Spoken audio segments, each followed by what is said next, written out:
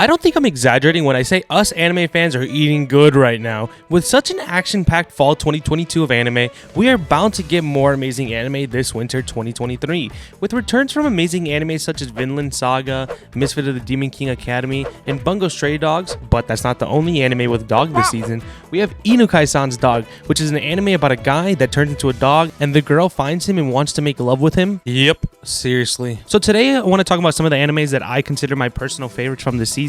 Well, let's get right into it. To start us off, let's continue with the degenerate anime of the season, Inukai-san's Dog. This anime, as stated earlier, is about a guy one day turning into a dog. Later that day, he is found by his crush Inukai and taken to her house. When I tell you this anime is degenerate, I mean it. She literally dresses up as a dog to excite him. Yep. Honestly, I consider myself a degenerate as well, but some scenes here are a tad bit extreme, so it's 100% not for everyone. I'm going to continue watching this for research purposes, of course, nothing else.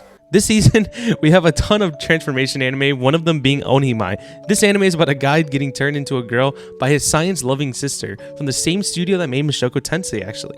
So I honestly came in with a certain expectation, and honestly, from reading a bit into the manga, I'm excited for what's to come. I know anime Twitter, when they first came out, was mad about it, but they're always mad, and what I read from this, it's actually going to be super wholesome story, and one that I will 100% be keeping up with myself. And if you thought we were done with gender bender anime, we got Ayakashi Triangle. This one's definitely interesting. From the first 2 episodes out right now, I'm intrigued where they will take the story. I'm not intrigued enough to read the manga, but enough where I'll keep up with the show. This one's about a boy and a girl being childhood friends. The boy becomes an Ayakashi hunter. Ayakashis are essentially demons that only some people can see.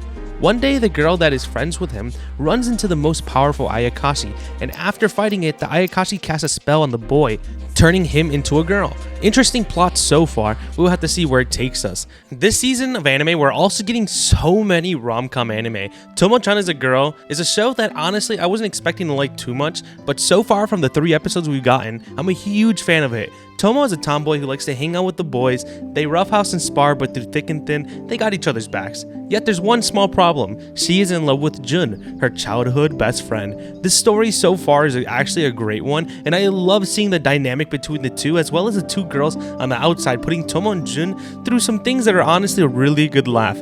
I love the fact that she admitted at one point to him that she was in love, and still, somehow, he didn't get the point across, and actually believe that Tomo was a guy the entire time. Now that's one ice cold way to break someone's heart, but is ice cold always bad? In The Ice Cold Guy and a Cool Colleague, they take wholesomeness to another level. This anime is about 2 co-workers who like each other. When the main character, who is a descendant of the snowman, gets excited, he creates a blizzard around him, so he is not able to hide any feelings from his colleague. This gives me Watakoi vibes, and I'm in love with every second of watching this. If you're into romance anime this season, we have some godly ones for us, but if you're gonna have anything godly, there's gonna be some angels, right? The angel next door spoils me rotten is about Amane, who lives alone in an apartment, and the most beautiful girl in the school, Mahiru, who lives next door.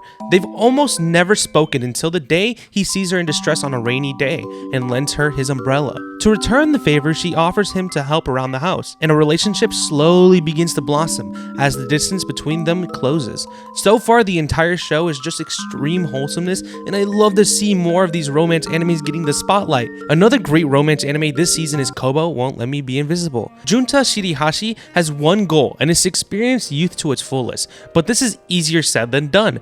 Junta is socially invisible that people at his school would swear he skipped class even when he's sitting right behind them. Everything changes when Junta meets Nagase Kobo. She's the one person who pays Junta any attention. This anime is very similar to Teasing Takagi-san, so if you're a fan of that show, you will find this one as well extremely wholesome. Next up, we have Saving 80,000 Gold in Another World for My Retirement. God, these titles are getting long. Mitsuha is an 18-year-old girl who is often mistaken for a middle schooler due to her childlike face and small stature. The story begins when she loses her parents and her older brother at the same time in an incident and ends up all alone in the world. She fails the university entrance exams due to shock of losing her family. There are people who are after her parents' insurance money. She doesn't know whether she'll go to college or start working. There's a lot of expenses to worry about, including living expenses and the cost of maintaining the house. One day, as she worries about how she'll survive, she's given the world jumping ability by a mysterious being that allows her to go back and forth between this other world. Now that she has this ability, she comes up with a plan for the future in which she saves 1 billion yen for each world for a total of 2 billion yen, aka 80,000 gold coins. So far, the show's actually pretty funny. It's definitely something that was kind of like new. That's a new concept of going back and forth between the isekai lands, because typically with isekai you just have one way and the other, but that's actually pretty cool. Honestly, it's a new concept. There's actually another anime coming out very soon with the same type of concept, so I don't know if that's been a thing in light novels already, but so far it's pretty good. I enjoy it. It's nothing crazy, but I'm gonna keep up watching it myself. Another anime that honestly I'm pretty excited to keep up with is Buddy Daddies. It's about two assassins, Kazuki and Rei, meeting a girl named Miri, a girl looking for her father on Christmas Day. Kazuki and Rei and Mira unexpectedly have to live together. The story follows Kazuki, a criminal contractor who lives with his best friend Rei, a professional assassin who had been raised from her childhood to be a contract killer. Kazuki is outgoing and loves gambling and women, while Rei is a man of few words who spends his time playing video games. One day, the two buddies end up caring for Miri Unasaka, a 4-year-old girl whose father is a mafia boss, after Miri accidentally wanders into a firefight in a hotel looking for her father. They end up taking care of her after that, and it's a really wholesome show. It reminds me of shows like The Yakuza's Guide to Babysitting, Spy Family, that wholesome type of family feel. I love to see more of these. I actually hope we get more of these because I'm impartial to them. I'm not gonna lie, I'm impartial to them. Next, we have Campfire cooking in another world with my absurd skill. This show's about a guy getting transported into another world one day. His unique skill when he arrives there is actually called online grocery, which automatically is redeemed pointless to everybody else just because they're like, wait, what even is that? It's a whole nother world. They don't know what an online grocery is. Until one day he actually finds out his online grocery will give him food that he can actually power up people with. So it's a really cool concept, and Mappa's making it, which is Mappa's first isekai. Honestly, I'm way more surprised how much I like it so far, actually. Next, I want to talk about notable mentions, which for me are shows that are not my cup of tea since I'm a lover of slice of life, comedy, romance, and isekai. And it doesn't mean I don't like shonen and action, it's just that I'd rather keep up with the others first. Revenger's looking like a great anime so far, and one I'd keep my eye out for definitely. Another anime I'd keep my eye out for is High Card. This one was actually a really good plot so far, and something that'll get you hooked right away, and was the one I actually watched and enjoyed the most out of the ones I've seen so far on this list. Another one to keep your eye out for is Trigun Stampede. They're doing a really good job with the Trigun reboot, and I'm excited to see what they do next. Lastly, I want to talk about some shows that were kind of a letdown for me.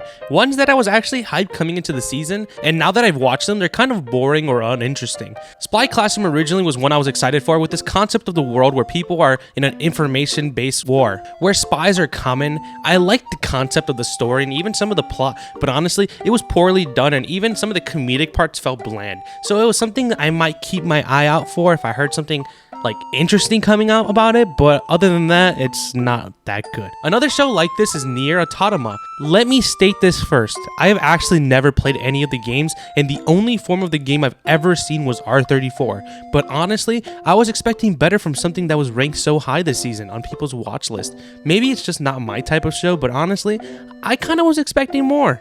If you made it to the end, tell me what your favorite anime for winter 2023 is. Personally, I'm kind of stuck where I like the most. I gave a general gist of what I liked. I'm either between Kobu, Won't Let Me Be Invisible, or Tomo-chan Is a Girl.